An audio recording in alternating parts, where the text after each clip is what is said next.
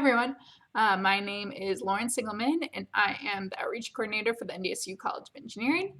Today, I'll be talking a little bit about some of the different types of engineering and what engineers can do both during their time in school and then as a career.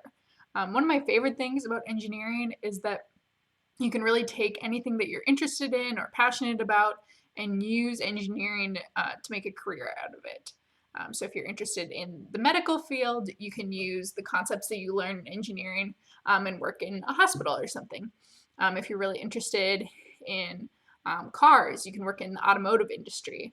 If you're really interested in sports, if you really like golf, for example, you can work on engineering the materials for better golf balls or golf clubs. Engineers kind of have their hands in everything, and we'll just talk about a few of the different ways that some students from NDSU have used engineering both in their classes and their internships, so their jobs that they have during the summer, and what they'll be doing after they graduate too. So we'll start off by talking about some of the different types of engineering. The first one we'll talk about is mechanical engineering. Mechanical engineers can work on tons of different things, from the chair that you're sitting in to cars that you ride in, to entire huge structures that you live and work in. And they're focused on kind of all of the math and the physics behind how those things work. So mechanical engineers can take classes such as statics and dynamics that talk about the math and physics of how different components interact to make a system. So for example, you can see this picture here of the group that worked on the Mars mining challenge. So they wanted to build a vehicle that could drive around on something like another planet and be able to dig up the soil. So in order to do this, they had to understand how all the different pieces move and interact with each other and how to make sure that they were being really precise with everything that they were doing. Another class that mechanical engineers might take is fluid dynamics. So thinking about how liquids and gases move. This can be important in things like the biomedical industry. So how does blood move through the body, for example? There's tons of science and math that goes into how all of these things interact with each other. And the engineers need to be the ones that really understand that and can be really precise with the way that they're handling those sorts of things. And finally, another engineering class that a mechanical engineer might take is materials. So this is having an understanding of what properties of the materials are important as you're making something. So, I mean, think about the chair that you're sitting in. If it was made of a material like Jello, it probably wouldn't be a very good chair. This group on the screen here, they had to think about what the best materials were for their scooper, for their wheels. All of those different things need to be considered if you want something to be lightweight, if you want something to be really strong. Depending on the type of soil that you're digging into, that might change the material that you use. And we'll actually hear from one of our engineering ambassadors next, Lindsay, who had an internship at 3M, and we'll actually hear a little bit more about how she used the concepts of like materials in her job. So we'll give it over to Lindsay. Hi there. My name is Lindsay Prestholt, and I'm a mechanical engineering student at North Dakota State University. I'm from St. Louis Park, Minnesota, which is right outside of Minneapolis. And I'm here to tell you about an experience I've had as a mechanical engineer. So originally I chose mechanical engineering because I was really interested in inventing. I kind of wanted to work on like the products that we use in our everyday lives, from Post-its to pens to basically everything you touch. I wanted to be able to design and work on that. And that's why I entered into mechanical engineering. Also, I really love math, so that was a plus. And last summer, I had an internship at the 3M headquarters. And if you don't know what 3M is, it's a really big company and they manufacture everything from Post-its to Scotch tape, to all the masks that everyone's wearing right now with the coronavirus. Um, they make the film that goes on top of the stop signs.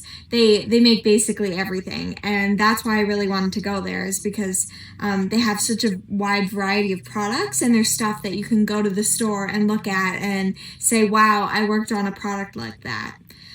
So last summer, what I did was research and development. So I did a lot of experiments. A lot of it was very chemistry related, so using a lot of different chemicals. I worked on grinding wheels. So if you don't know what they are, it's kind of like sandpaper that's in like a disc, like a circular disc, and you put it on like a screwdriver that turns, and then it flattens surfaces. So we worked on metal grinding wheels, so it makes smooth metal. So I worked on experiments on that, and what we did is we actually made our own grinding wheels. So I did different formulas, and I found out which one was the best formula for a grinding wheel. And then once I had figured out the best formula, then we actually made it. We actually manufactured it, which is what I was really interested in.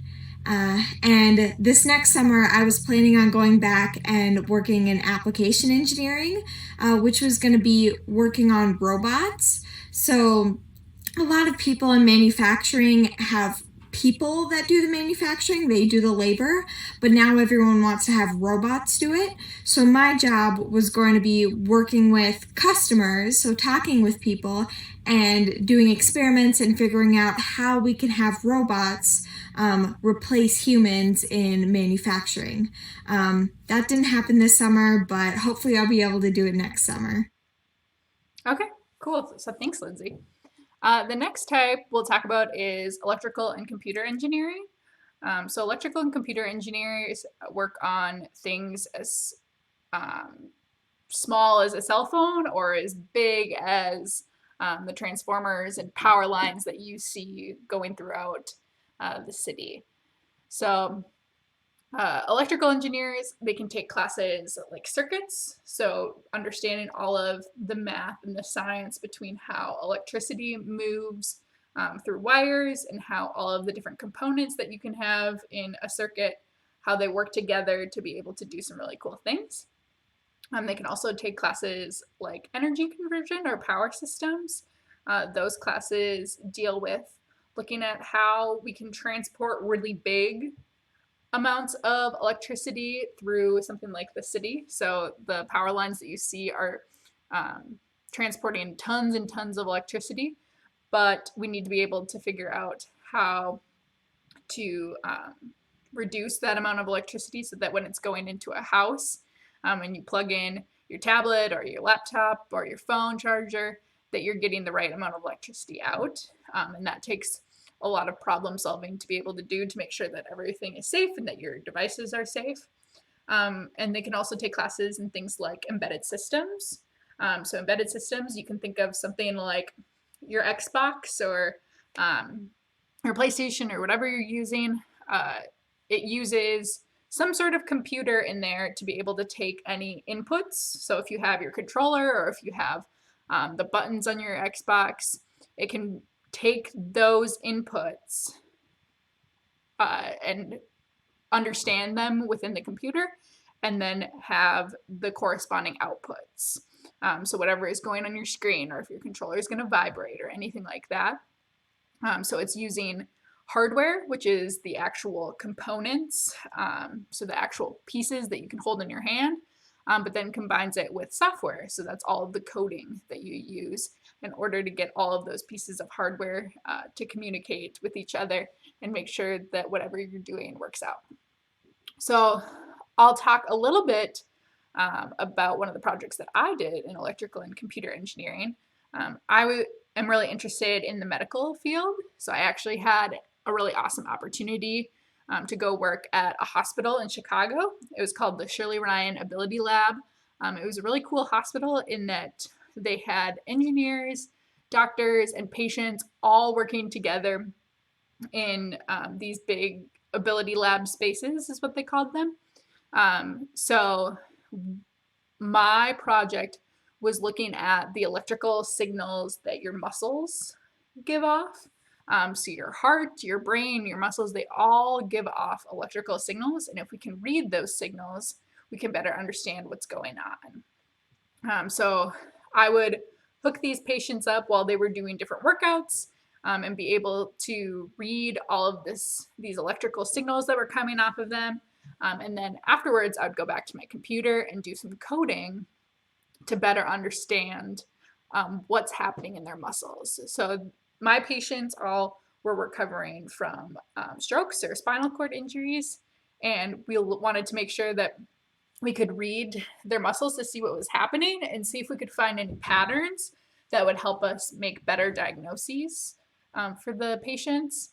What I really liked about this job was that I got to spend time with patients and doctors and physical therapists and just learn from all of them.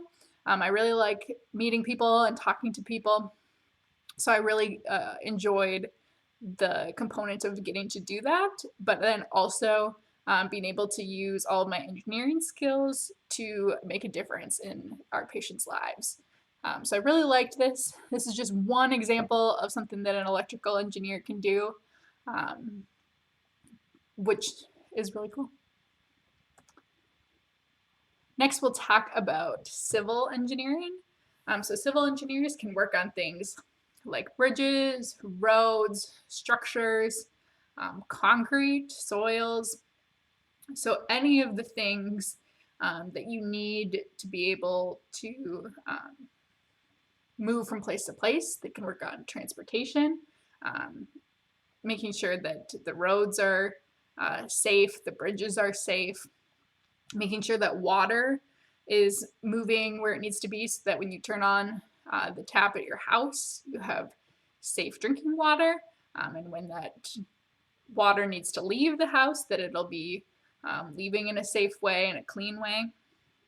So civil engineers can take classes like concrete and soils, but also things like water resources and being able to understand like the environmental impacts of those sorts of things. They can also take classes like transportation. So if you're riding in the car ever and you hit a whole bunch of green lights in a row, you can probably thank a civil engineer who took the time to think through the most efficient ways for people to be able to travel and move through the city. So we'll actually hear from another one of our students next, who's going to talk a little bit about one of the things that he got to do as a civil engineer.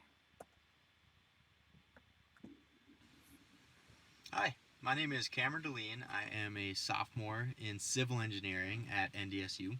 Go Bison. Um, yeah, I'm originally from Thief River Falls, Minnesota, and I'm actually home right now because of this whole thing that's going on. And, experience that I can share with everyone right now is actually kind of unique. It's rather than sharing an internship or a project that I've done, it's actually through a club at NDSU, and this club is called Engineers Without Borders. I got involved last year because I had heard that there's a potential to go on trips in some way. And so what Engineers Without Borders is they're an organization that it's a club at NDSU, and they also have this like global headquarters, and they have global operations. So they go all over the world, and so their mission is to help um, communities that don't have the privileges that we have living in a place like we do. They help them to meet their basic human needs. So, what I've been able to do through that is this past summer, I actually got to go to Guatemala, and we built a community center in a small little village up in the mountains over the course of a week. And that was a crazy experience. It's like nothing I've ever done before. It's like nowhere I've ever been before. And that's just an opportunity that was uncovered as I got more and more into the STEM field of civil engineering. And I would have never expected that to be something that I could get into. And even looking more into the future, there's more and more opportunities for that, for engineers who want to travel, who want to have impacts across the globe, and also in your own community. You're never too young. It's never too early to start. Where you're at right now, because there's a lot of people that could use your help, and going into a STEM field, um, you can really have an impact, um, locally as well as globally. So yeah, thank you. Awesome. Thanks, Cameron. So next we'll talk about industrial and manufacturing engineering. Industrial and manufacturing engineers are really focused on just making things safer, making things less expensive, making things more efficient. They can work at places like hospitals, which we'll hear about in a little bit, to make sure that people are moving from A to B in an efficient way, making sure that any resources that you need or materials that you need are moving efficiently, and that processes are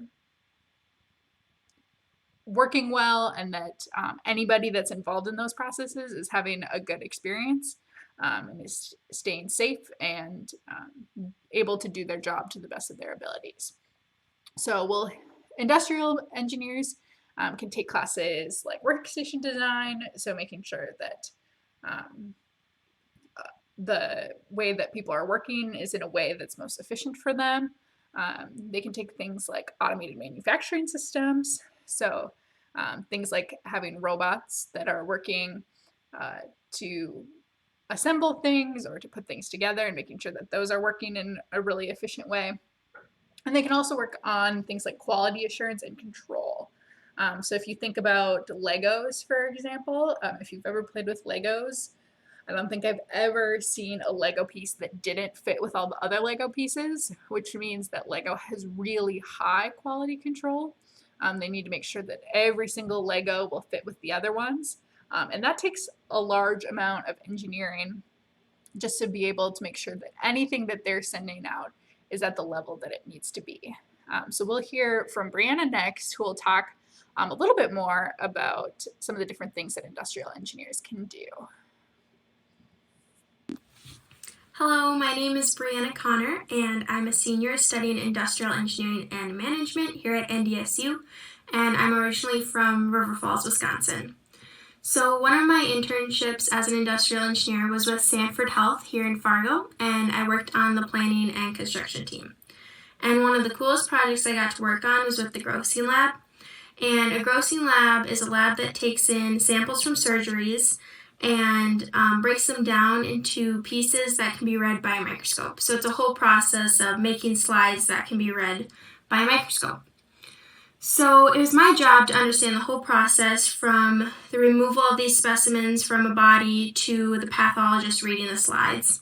And a pathologist is someone who examines laboratory samples of body tissues for diagnostics. So I had the opportunity to observe real live surgeries, see the process of what they do when they remove a sample from somebody, and how the sample moves through the process of the grossing lab and making slides and eventually ending up on a pathologist's desk. So through these observations, I was able to make recommendations based on this to improve the process. And one of the fun things that I got to do was I got to work with the OR staff and a couple of other members, and we created a training video for those in the ORs on how to handle the specimen process and documentation. That was just one of the many experiences that I had during my internship at Sanford. One cool project that I got to do during school was with the Red River Valley Zoo. This project was for a facilities layouts class. In this class, we learned about the best ways to lay out a new facility or change a current existing facility and improve flow within that facility. Different types of flow that you can think of is material flow or people flow. So at the zoo, we were really analyzing visitors and their flow through the zoo, as well as workers and their flow through the zoo. So we were able to use all this knowledge we learned in the class and recommend different improvements to the layout of the current Red River Valley Zoo to better accommodate workers as well as visitors, to best manage the flow around the zoo and make sure that visitors didn't miss exhibits. It was really cool to apply what we had learned in our class to the Red River Valley Zoo and be able to make educated recommendations based on what we had learned in class. As an industrial engineer, I have found that every job that I've had so far is different and that there are so many out there. I'm actually going to be starting as a rotational engineer at Philips Medisize, which is a medical device company in Wisconsin, after I graduate. Awesome. Thanks, Brianna. Next, we'll talk about agriculture and biosystems engineering. Ag and biosystems engineering is kind of a combo between some of the other types of engineering. It has some components of mechanical engineering, it has some components of civil engineering, but it's really focused on obviously the agriculture side, and then things like transporting water, making food that is safe and healthy, making food that is easy to produce to make sure that everybody has access to healthy and safe food. Agriculture and biosystems engineers can take classes like resource conservation, so looking at the environment and how different things that we do have effects on the environment. They can take things like process engineering, specifically with food and bioproducts. So how we go from the farm to what you actually are going to eat on your table. And then also things like bio-based energy. So if you have heard of things like ethanol, how those resources can be produced in order to make more healthy and more efficient food and resources. So we'll hear from one of our ambassadors next a little bit about a project that he worked on. Hi, my name is Caleb Winan. I'm from Moore, Minnesota. I'm the third year here, majoring in agriculture and biosystems engineering here at the College of NDSU. NDSU is a really great college for hands-on experience and learning hands-on. If that's something you're interested, I definitely would look into it. One of the opportunities I've had here at NDSU is being part of the Quarter Scale Tractor Club on campus. So every year we design a tractor from the ground up. So we'll design the frame, the whole tractor basically. All that we're given is the engine and a set of tires. And from there on, we have to do it on ourselves. Last couple of years, I've been working on an armrest for the tractor. A lot of tractors nowadays and other pieces of the technology, such as your cars, have more and more technology implemented into them every day to make them more efficient and just better operating. And like I said, I've been working on the armrest, so we've been implementing a lot of technology into the armrest. We've been adding a monitor, a joystick, and a lot of other new functions to the tractor with the technology that we have. And so moving forward, we just hope that we can learn more to prepare ourselves for our future and anything else that may come our way. A lot of us also here at the College of Engineering have internships over the summers. These internships allows us to learn more about engineering and just learn about the process as a whole of engineering. They're a great opportunity for learning and just getting hands-on and learning. Yeah, just learning is key here, guys. It's quite wonderful. It's been great 3 years so far, and I'm looking forward to finishing it off. Thanks, guys. Awesome. Thanks, Gail. And lastly, we'll talk about construction engineering. So construction engineers deal a lot with just the entire process of getting buildings made. So think about if you're going to build a school, all of the different resources that need to be used, all of the different people involved, and also just how all of those things need to happen in order. For example, if you started putting up the sheetrock, so all of the walls, before you finished doing the plumbing, you might have some issues, and you might need to knock down some walls in order to get that back on track and working correctly. So construction engineers can take classes like construction technology and equipment, so looking at the different uh, software is available, looking at the different equipment and resources that are important. They can take specifications and contracts, so looking at how all of the logistics when working on a new build project. And finally, they can take things like structures and concrete, so some of the other classes that like civil engineers took, for example, so they can understand that when you're building the structure, you need to be able to have a really strong foundation. So things like the type of concrete that you're using, and then also the soil that you're using or that you're building on. Building in a place like Fargo is a lot different than building in a place like on one of the coasts because our soil is just different. And that means that when you're building something really large, that plays a huge issue in making sure that you have a building that's safe and will stay up for a long time. So next, we'll talk about some other things that engineers can do. So what else can engineers do? Engineers can work at Disney World. We've had a few NDSU students that have actually had the opportunity to work at Disney World.